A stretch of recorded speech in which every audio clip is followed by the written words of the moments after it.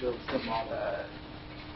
So Bartolomeo sent me an email a few months ago asking how I should go about writing a Julia wrapper for OSQP, and I invited him to the meetup, and here he is. So. Okay. Thank you, Matt, for the invitation, and yeah, I'm happy to be here, trying maybe to contribute a little bit to, I would say, more math prog based than Jean, but providing an interface to a nice new solver that I think that many people should use, and I'll try to convince you why you should use it. So why did we start? So first of all, did a joint work with my colleague Oren Banyats, who's at the University of Oxford as well, and we developed this solver during our visit to Stanford University and Stephen Boyd's group. So why did we start developing a new quadratic programming solver? So quadratic programming is a very old problem, so it dates back to the 50s, where people tried to extend, in this paper, Frank and Wolf, they tried to extend the current algorithms to solve linear programs, which were even older than that, to quadratic programs. So programs where the cost function is quadratic. And after that, where this period where the first algorithms were just the adaptation of the simplex method or active set methods, many other algorithms were developed to solve these problems. And currently, I would say that the state-of-the-art algorithms are interior point methods for solving QPs, which are the most reliable ones, but they have also some downsides, for especially some particular applications. So quadratic programming also started to be applied in a large variety of fields, going from data analytics and machine learning with the standard traditional machine learning problems that can be cast as QPs. Traditional meaning that just a few years ago they started changing completely what we're going to do with those, but I would say quadratic programming is still a core part of that. And also signal processing and signal reconstruction is also a really big field where quadratic programming appears. And coming from more my background, optimal control and model predictive control heavily relies on quadratic programming solvers to provide the optimal inputs. And also recently, autonomous landing of these rockets was deployed using high-speed quadratic programming solvers embedded on cheap computational devices. And even summing up all the money that goes into these fields, I would say that in finance and portfolio optimization, much more money is moved on an everyday basis using quadratic programming. So there's a wide range of areas where we actually use quadratic programming every day. And I believe that there's still rooms for improvement over the existing algorithms. So we decided to go from a different perspective to solve this problem. So instead of using some heavily well-known methods like interior points or active set, we tried to... Just a quick question. Is the upper left one an animation? Or is it fixed? No. Okay, it's like... then I'm too sleepy. I see that it's moving. Never mind. Go ahead. No, no secret tricks. No. Optical illusion. It would be cool, but no, it's not. But next time, just say yes. Yes. Yes, of course. But I don't have time to explain what it means. So... Sorry about that. No. Okay, so I was saying that we decided to go for first of the methods because they have several positive aspects about them, and we try to tackle the downsides of first of the methods in deploying this solver. So first of the methods are good because in several applications we're trying to solve very similar problems multiple times. And so having good worms starting from the optimal solution of the previous problems allows us to reduce dramatically the number of iterations. But methods like interior point, they do not support that, or it's hard to worm start them. And also, first-order methods can handle very large-scale problems because they do not rely on inverting any matrix. And this is strictly related to what Stephen Diamond was talking about of matrix-free methods, where we access matrices only by multiplying them together with a vector. And also, first-order methods are extremely simple to implement. Like, they're usually very few steps, and they can thus be very easily coded on low-level languages and implemented on embedded and cheap computational hardware, which is the one used in most control applications. On the other hand, we have also some downsides of first-order methods because they Which usually exactly is embeddable? So the algorithms are very simple in general, the first-order methods, compared to interior point or axis set. And if you go down with the coding, you can also specify where the memory allocation goes, or you can do it also a priori. I'll talk about it with the solver. And this means that they can be deployed on very cheap computational hardware that is not desktop platforms or servers, or something more that can be used in microcontrollers. And Okay, so memory, but it's not a very strict requirement. But basically, it's like what memory and code and everything that can be deployed on these small things. That's yeah, usually you can code them even in on FPGAs or very small microcontrollers. So, on the other hand, the problem of this method is that they provide low accuracy solutions compared to interior point methods, which I would say is not entirely a problem, in the sense that for some applications we don't really care about high accuracy, in the sense that, for example, if you're trying to solve a lasso problem, what we actually care about is not the optimizing the cost function of your problem, but the performance on the validation dataset. So we don't really want to compute an extremely accurate solution if the cost function that you define doesn't provide a solution that performs well on the validation dataset. And on the another aspect is that first-order methods in general cannot detect infeasible problems. Like, they're very simple, and it's hard to construct certificates of infeasibility. Recently, the first major work that allowed first-order methods to detect infeasible problems was SCS, where by using homogeneous subdual embedding, O'Donoghue was able to develop this solver that returns certificates of infeasibility. But in general, first-order methods don't provide that. And especially first-order methods apply to quadratic programs, if we don't decompose them as OSQPs. And also, the other problem of first-order methods is they depend heavily on data, in the sense that for many applications, people tailor first-order methods to their specific problem, and the whole algorithm is heavily tuned and tailored for that particular problem. And this includes also the step sizes that people choose in order to make the solver work. So we decided to tackle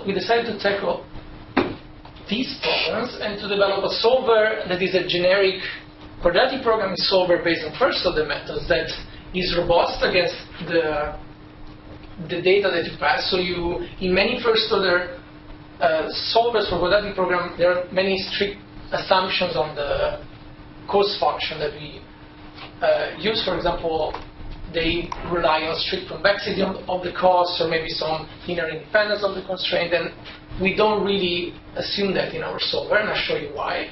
And we want something also that is able to return accurate solutions, even though it relies on first-order methods. And the solver that present will be able to detect infeasible problems. Like, this part about infeasibility is quite long to discuss just within half an hour, so I will leave it out, but I'll just tell you that it's a big deal. And it's with just very simple steps, we're able to return certificates of unbounded directions of the problems, or the certificates that the primal or the dual problem are infeasible. So, okay, let's talk about the solver, the formulation, and how the actual steps that are very simple can be described. So the problem is a very traditional quadratic program. We have this cost function where we have the positive semi-definite matrix P, vector Q, and then the constraints can be all they're all cast into these inequalities, and we can have equality constraints by just putting the elements of U and L equal to each other. So we just have the typical formulation here, and we try to minimize this quadratic form. So what we decided to use as a first order method is the alternating direction method of multipliers, or ADMM, which gained recent popularity due to some of its features that, for example, it can be adapted to solve very large scale. It's suitable for large scale optimization, and it has been recently used also for many control applications and embedded optimization applications because it's extremely simple, and the step sizes used in ADMM do not require to be within certain bounds like in gradient methods, but they are, you can choose whatever step size and it always converges. Of course, the convergence will change depending on the step sizes that you choose, but it always converges. And usually ADMM is applied to solving problems in this form where we minimize the sum of two functions, and we can model many. This formulation is extremely generic because we can model, for example, constraint by putting them in indicator form here in the function g. So indicator form means that if x is in the constraint, this g function is 0, otherwise it's infinity. And what we do to solve with ADMM is that we split the variables. We introduce these new variables x tilde in the function f, and then we impose a consensus equality enforcing that x and x tilde are the same. So these two problems are exactly the same. But if you apply ADMM to this problem, then we get these three simple iterations. So first of all, we minimize function depending on f in order to find the iterate x tilde, and we augment it by this sum, that is we add this quadratic term that is weighted by the parameter rho, and the quadratic term depends on the distance between x tilde and the other two iterates used. Then in the second step we do something similar but with respect to function g to find the iterate xk, and we have this quadratic regularization that depends on x tilde and y. And then in the third step, we actually compute the variable y, which is the dual variable of our constraint here, and we increment it using this step rho, depending on the difference between the other two iterates. So ideally, at convergence, we want these two iterates to be the same. So y works in a similar way as an integrator of this error. So it's kind of applying integral control to this error until we reach consensus. So these steps, depending on the functions f and g, can be easy or complicated, but I'll show you that for our problem they're very cheap and easy. So how do we split the problem into these functions f and g? So first of all, we put everything into the indicator function form. So the constraints now are put as the indicator of ax equals z and the indicator of this interval L and U. So I introduced here a variable z to make things easier. So now we have these equality constraints and then these bounds on the variable z.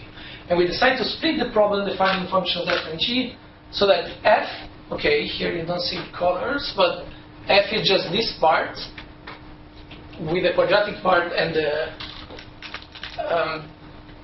linear constraints.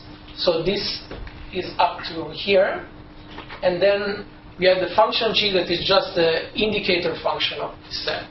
So we have then we enforce the equality between these variables x tilde and z tilde and the variables x and z. And we see that we split the variables, both variables x and z, into two parts, and this will help us making the solver robust, as you'll see in these other steps. So I won't bother you deriving all the steps of the algorithm, but I'll just present you how it works. So the three steps of ADMM work like this. So the first one, that is the minimization over f plus this quadratic regularization term, are just this one. And you see that it's divided into two steps because it's so minimizing a quadratic function subject to equality constraints boils down to solving just a linear system. And we can reduce this linear system by applying some transformation that is very easy, and then we just solve this more linear system, and then we update the variables here. So the first step is just this one. Then we have the second step that is a projection onto this interval L, this hyperbox L and U, and then we have these dual variables update, that is the third step. So we have the first part, that is a linear system solved, that is easy. And no, that is, I mean, that we reduce it to in an easier form. And then we have the other steps that are just some extremely easy operations, because they're just some vector differences, multiplication by scalar, or projections onto an hyperbox. So these are very easy, and the hardest part of the problem is solving this linear system. But if you see, this linear system has some nice properties. So first of all, we can pass whatever costs and constraints that we want, and this linear system will always be solvable, because we have these terms depending on sigma and rho, which are our parameters of the algorithm, that always make this matrix full rank. So we can always solve this problem. And in addition, this matrix doesn't depend on the iterates, right? You see that they don't depend on any element with k on top, meaning that we always solve a linear system where the matrix never changes, and to solve it we can decompose it using some factorization methods, and we can cache the factorization that we compute just before running the algorithm, so that the price of factorizing this matrix, which is proportional to the cube of the dimensions, is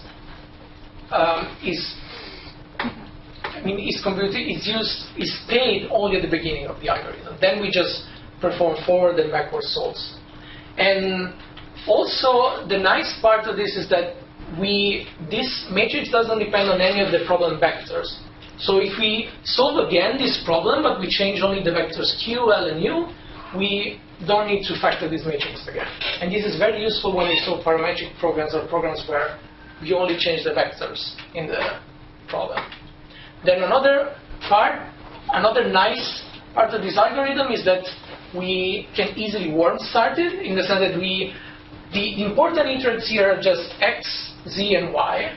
And knowing the primal dual solution of the previous problem, which is x and y, we can compute z with by computing ax, and then we can warm start this algorithm for the next solve. So this is also useful when you solve similar problems.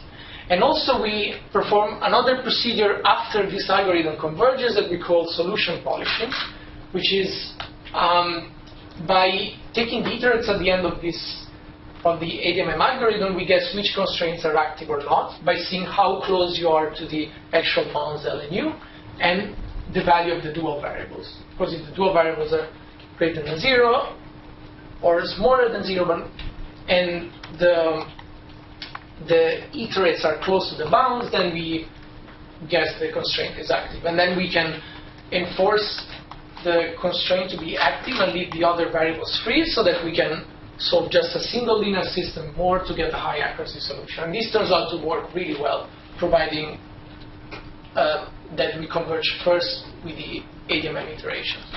So we implemented this simple algorithm with these features into the OSQP, and you can find the documentation on readerdocs.io.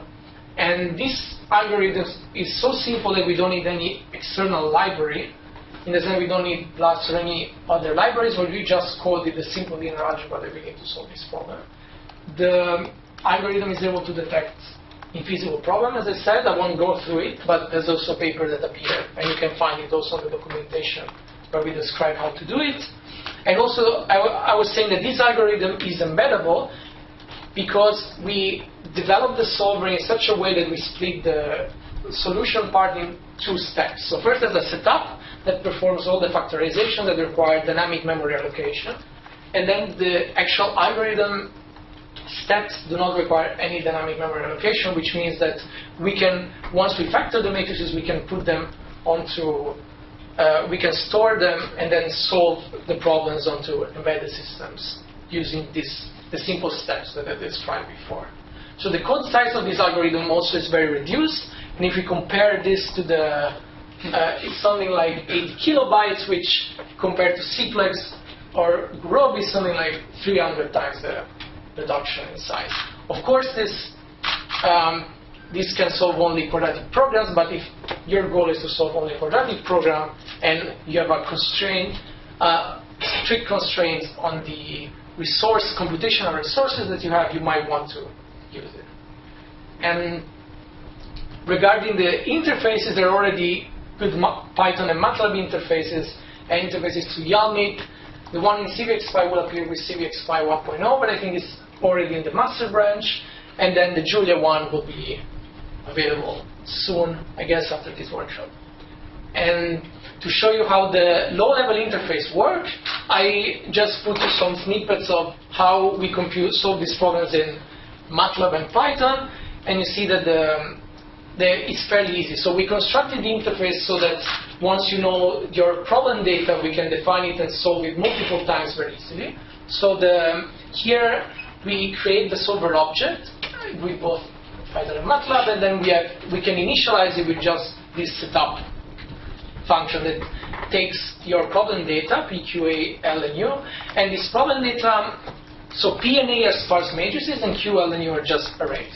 And then you can pass some settings defining how verbose the algorithm is or whatever details you can find on the documentation. And then we can solve the problem by just running solve, and in the results we have the typical result structure with the primal and dual solutions, the status, the timings, and everything else. And if you want to solve the problem another time by updating, I don't know, the cost, for example, or one of the vectors, we can just run update, and then we solve again. And this is just as easy. And if you want to solve these problems in a loop, like in MPC or model predictive control or other situations, you can do it very easily. And to show you also for what I meant by embeddable, if you want to put this solver into an embedded platform, once you run setup, you can just do code gen and specify the folder name where you want to put your embeddable solver, and then you can just put the optimized C code onto the embedded platform and use it.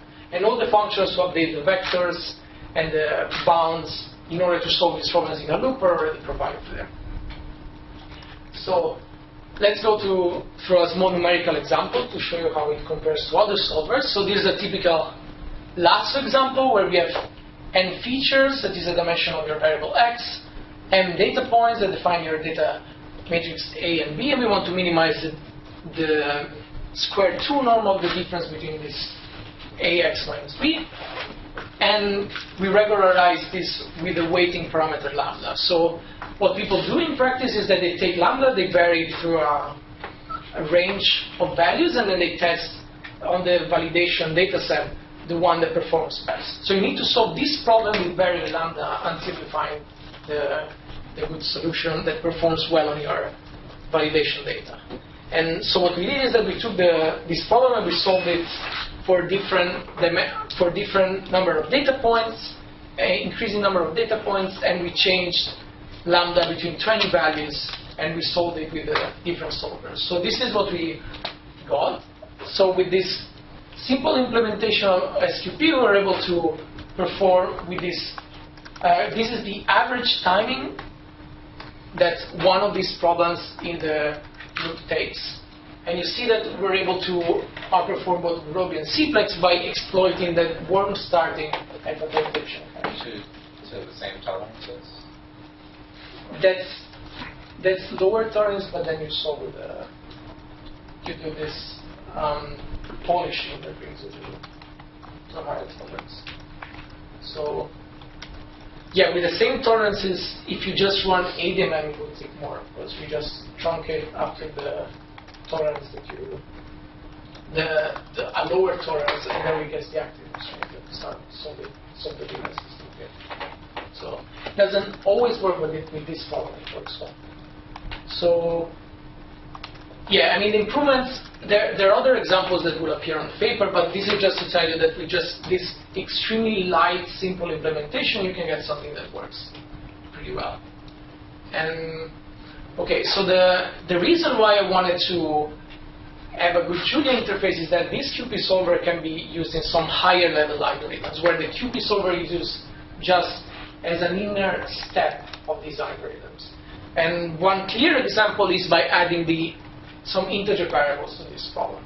So if you had some integer so if you restrict some of these elements of x to be integer, then we can include the OSQP solver within a higher level algorithm, which in this case could be just a branch and bound. So if you have just one variable, we solve a bunch of QPs that depends on the actual bounds that we put on this variable. So of course, depending on your search within this tree, we can restrict the actual feasible set that we allow for this. This is just an example with one integer variable. But this is just to give you an idea that we solve many QPs within the MQP framework. And it turns out, at least for most commercial solvers at the moment, that for MQPs, branch and bound is the one that performs best. Of course, it's hacked with a lot of branch and cuts and other details, but it's the algorithm that seems to perform best. And so the idea here is that we solve many of these QPs, and these QPs have this form, right? It's the same form as before, and then we have some bounds that are introduced by the branch and bound procedure. And if you see, these bounds are just some vectors that we change in the problem. We don't change the problem matrices, which means that we can reuse the factorization that we did at the beginning of the ADMM steps. As I told you before, this linear system solve depends only on the matrices P and A. So we can save a lot of computations in this branch and bound procedure by just combining factorization caching in this ADMM procedure and warm starting in 3 setups. So first of all, within all the ADMM steps of a single QP solve, then we can cache the factorization within the multiple QPs that are solved within the branch and bound procedure, and also we solve these MIQPs several times in some parametric programs that depend on integer variables as well.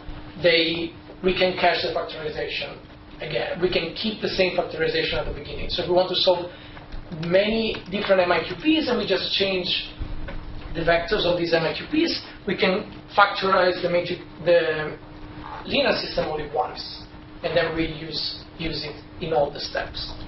And moreover, also the warm starting applies to all of them. Also between the individual QPs, we can exploit a lot of this computation.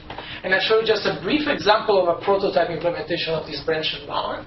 And this is a hybrid model predictive control example where we, I won't go through the model because the time is not enough, but what we solve is a power converter problem where our decision variables or inputs to this system are the integer semiconductor states that we need to decide over a certain horizon.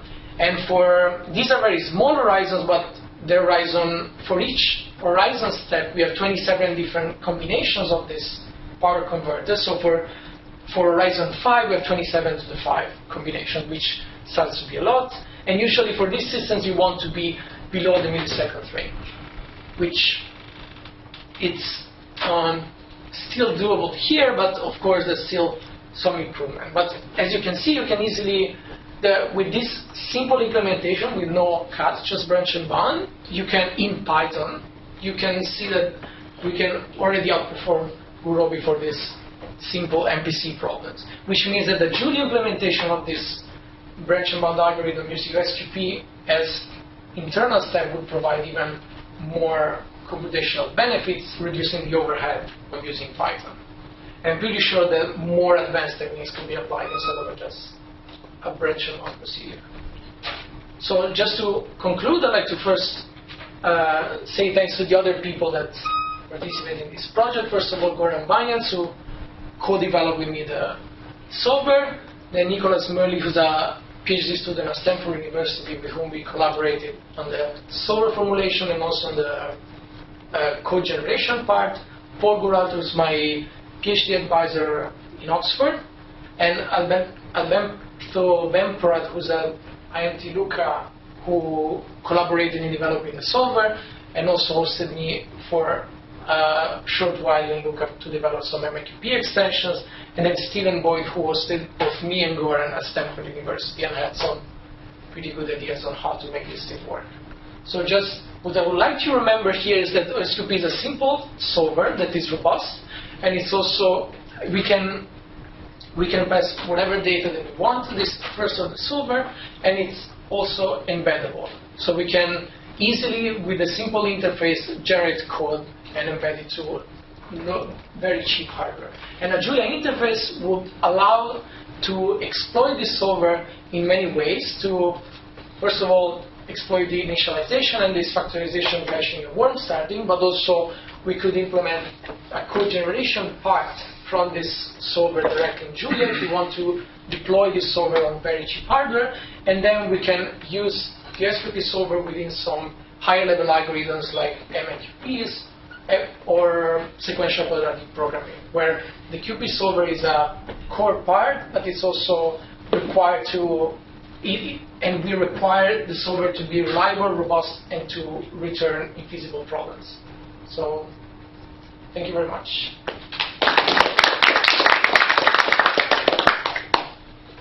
Any question? What method are you using for the sparse factorization? We use the suite sparse from Teamberries, which is it's included in this. It's a very light library that is included in the solver, but when you do code generation, you don't need to do it. So you just what is deployed and it's like that. So I know you're trying to be embeddable, but do you know what the performance gap would be between that and like a state-of-the-art sparse direct factorization library? What we would like also to have is something that is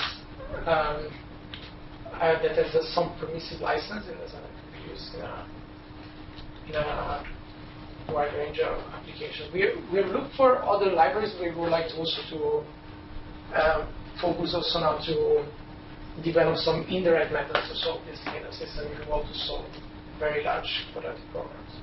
So if you have any ideas about libraries that are equally permissive and perform better, we can discuss. Yeah. So you beat Garobi on those MPC problems. How many binary or integer variables did you have? So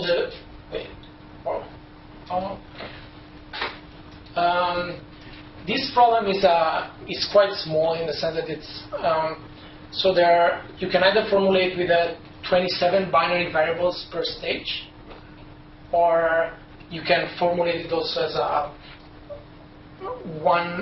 as 3 integer variables that take values -1, 0, and 1 per time step. Okay. So how did it's not you extremely big, but in control usually you don't solve extremely large mixed integer problems. Okay. And so in the branch and bound scheme, you need to get bounds. Mm-hmm. So how did you get bounds? Did you use the dual variables to get bounds? So the dual variables will be a good part that is not used here. We just use the bounds that we obtain by. It's a very naive implementation in the sense that the lower bound is obtained by solving the current QP, and then the upper bound by doing some rounding on this QP towards some feasible solution. It's no. The lower bound is what I'm talking about. The lower bound. Yeah. Feasible or the dual bound. Yeah, OSQP, but because you're saying because the QP is inexact. That's what the. Because with simplex, you get a pretty exact sort of dual, like a lower bound. Mm-hmm. So I was just wondering, because I guess maybe part of the reason why people don't use nonlinear branch and bound so much is that you can't maybe get accurate lower bounds. Yeah, we're not using we're not exploiting the dual variables in this. So you're just using the primal. Yeah. The primal objective value. Yeah, which is I know that for the simplex method it could work better, and we're also trying to think how to exploit the iterates from before. Because, for example, I think if you have some active set methods, you can prune the nodes before solving them to optimality if you see that the lower bound by using the dual variables, but we're not. This will be a next step okay. because this is just We just wanted to showcase how just a Python, stupid Python implementation could work. Okay. Well, So it is in some sense like you're bound to a little less safe than. Well, they're not Ruby using that stuff. pruning. You're not using that type of pruning. we're not using that type of pruning, but it's we No, but just the objective is less. You don't know that you have a upper bound on your objective, not a lower bound on your objective of the optimum. for a QP in general, there. If you solve it to optimality, then there should be. Right, but you have a little less. You're not so precise the algorithm. Although Ruby also is for a QP, probably the solver is not going to be very accurate anyway. But Yeah, we don't exploit that part. So probably, I'm happy to discuss if you have also other ideas to make it work better. This was, and also I think that starting from the language, I don't think is the. But the point is that this is like your solver plus simple Python code versus they're all Ruby binaries. Yeah, exactly. That was the point. But we intend to maybe also extend the C implementation to have some mention on, and maybe implement some of this. So a bit behind